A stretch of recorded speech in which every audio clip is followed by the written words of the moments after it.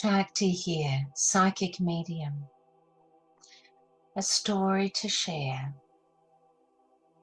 Palmistry was always a topic I loved to talk about and read about and experience. Being a psychic medium at a very young age, I loved to learn more about the palmistry and the lines that were engraved into a person's hand. I found it very interesting that everyone could be so different in the lines of their hands and carve out a whole destiny that could be seen and read and understood in the palm of their hand.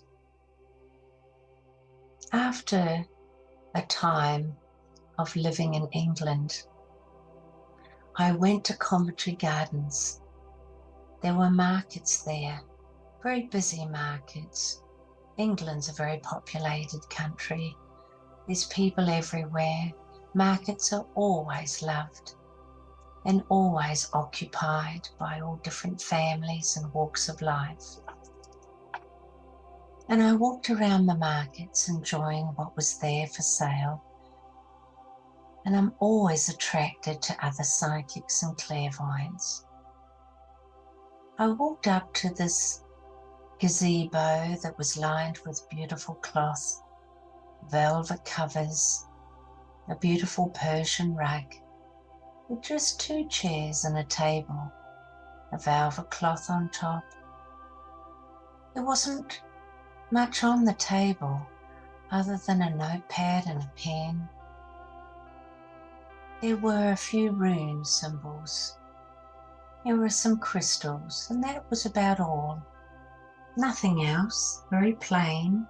There were no cards, no business cards, no reading cards. I thought it was quite plain. And then a woman came in from the other side of the gazebo through the velvet curtains. A very old woman. Her face looked like a road map. She was very old, very stooped over, very short. When I looked into her eyes, I could see so much life, so much joy, and so much interest in me. So I wanted to have a palmistry reading. I booked myself in then and there. There was a space. She told me to sit down, make myself comfortable, and asked for my hands. She looked at the top of my hands, my nails, my wrists, not looking at my eyes that much, just focusing on my hands. I found it interesting that there happened to be a space then and there. It just happened to be, it was just meant to be. And she didn't want to charge me, which I thought was quite unusual. But I went with it. I offered to pay a donation. She didn't want to take any money from me. She said I was destined to be there, and she was there for me, and she was waiting for me, and how lovely that I had arrived. Being a psychic medium for most of my life, I just go with things like that. I just accept it. I just accept the destiny, and I receive with love. I always feel worthy of receiving. So I was happy to go along with that. And as she read my hands and told me of my destiny, my path, my connections, the things that were going to happen, that had already happened, I was quite impressed. She was spot on in so many things. I found it extremely interesting. She was an old gypsy from way back. So much wisdom and knowledge in those eyes, and her face could tell so many stories. But her eyes were so alive, she was so full of life. She could have been 20 years old. As she started to read the lines on my hands and talk to me about things to watch for, things to do, things to be able to accept in my life, at the end of the session, she said to me, "You need to come back. You need to come back and see me again. I want to teach you how to read people's palms. This will be something that you do in your future. And you will teach palmistry. It's an ancient, old way of seeing a person's destiny. Looking into the eyes of iridology is ancient teaching as well." And she said I would do that. But she said with the palmistry, it will be part of your psychic readings. As you are a psychic medium and you need to go into the palmistry, I will teach you. You will look into people's eyes and you will read people's palms and you will read people's auras. So I was excited. I thought she was fascinating. And her hands were cold, but light and gentle and soft, but cooling and fresh and relaxed and calm. So she said to me, "I'm finished now and you need to come back next week and I will teach you the heart line, the head line, the marriage line, the love line, the wealth line. And I will teach you the wisdom of reading the palms." I was very excited. She didn't want me to pay anything. She didn't want any exchange of money. She just wanted me to learn this and come back to her next week, and then to utilize it and help others with reading their palms. So I was very grateful and appreciative and felt very happy and went on my way. I said I would definitely be there next week. I went the next week and I learned more, so much more, so much about the lines in the hands and the lunar and the moon and all the wonderful wisdom and knowledge of reading the palms. She didn't give me anything to read or to write down. I couldn't take notes. She worked too fast. She said, "You will remember this, you will retain it. You don't have to write anything down." I thought that was unusual.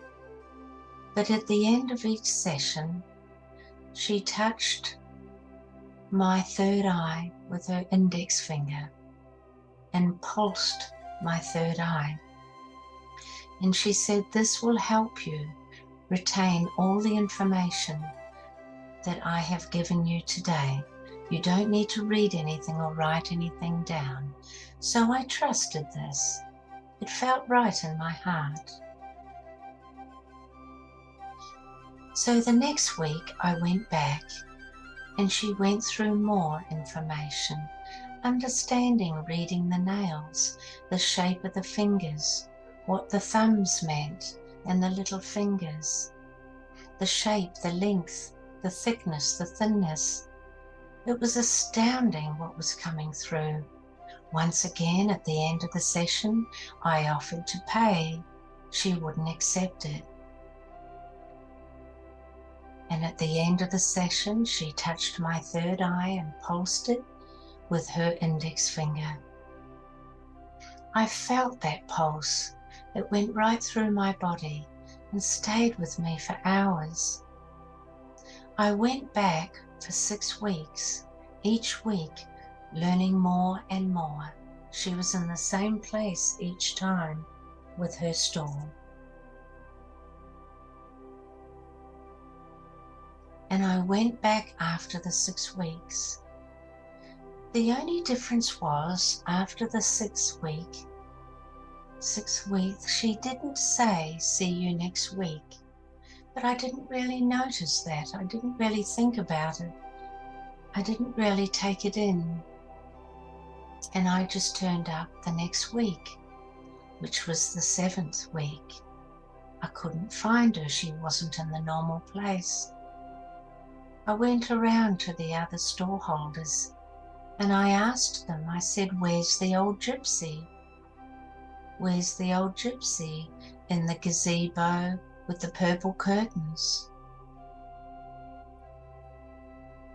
Where is she? I cannot find her. Is she in a different place? Has she gone to a different market?" And each stallholder that I spoke to, each one said, "Oh dear, we haven't had a gypsy here doing palmistry readings. We've never had an old gypsy here doing palmistry readings. Where did you see her? How often did you see her? What did she look like?" I told each person I spoke to an exact detail of what she looked like, what her tent, her stall looked like, her height, everything about her. They said, "We have never seen anybody like that." I went to the manager of the market. They explained that they had never had anyone or a gypsy or anyone do palmistry readings. It felt very strange. I was quite shocked, but I felt in my heart it was something very special. I had no way of contacting her. I had no way of ever seeing her again. I had no way of reaching her. I went and sat down under a tree, and I hugged the tree, and I said, "What has happened here? I have been here every week for 6 weeks, learning of this gypsy, the most ancient art of reading the palms. And now I've lost her. I can't find her." And a voice came from out of the tree. "She's with you in your heart always. She has given you a special gift. Don't analyze it, don't judge it, don't critique it.